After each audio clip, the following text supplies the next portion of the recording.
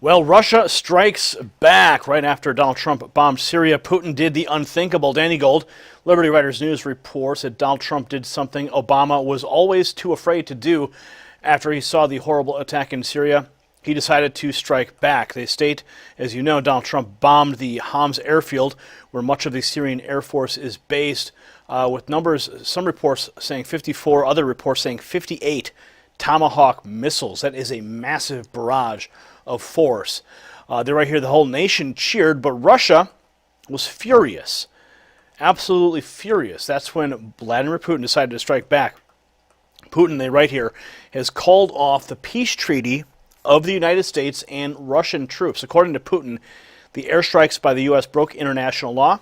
He said it also suspended a treaty between the Russians and the United States to not use their jets to fight each other in Syria.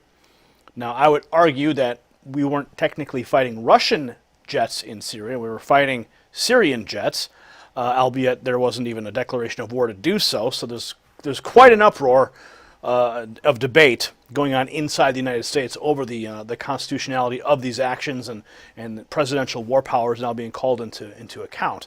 And of course, the division in the Trump community too.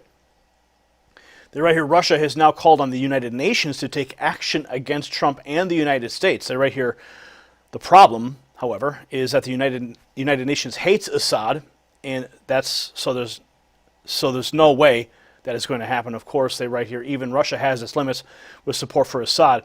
When asked earlier in the day about the gas attack, a spokesperson of Putin said, quote, unconditional support of Assad is not possible in this current world. So that's an interesting statement. Unconditional support is not possible in this current world. So, well, I might be concerned about a larger conflict with Russia. It appears now that Putin has come forward and said, well, you know, we can't always stand behind Assad. So there's not like just an unconditional allyship there between Putin and Assad, as you might assume, or as I've assumed, technically.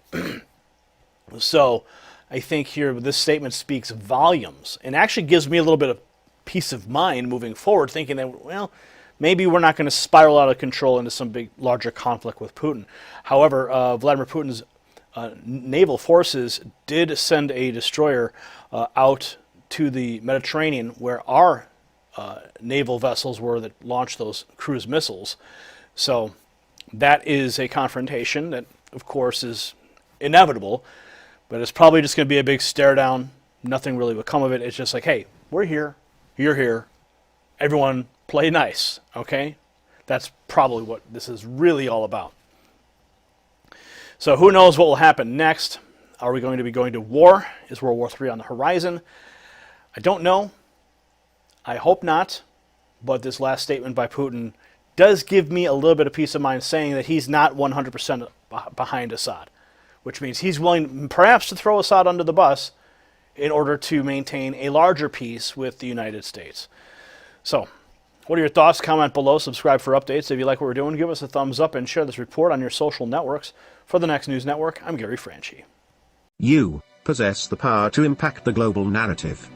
Please share this report, and to get more videos like this, become a Next News subscriber by clicking the link below. Thank you for watching the Next News Network.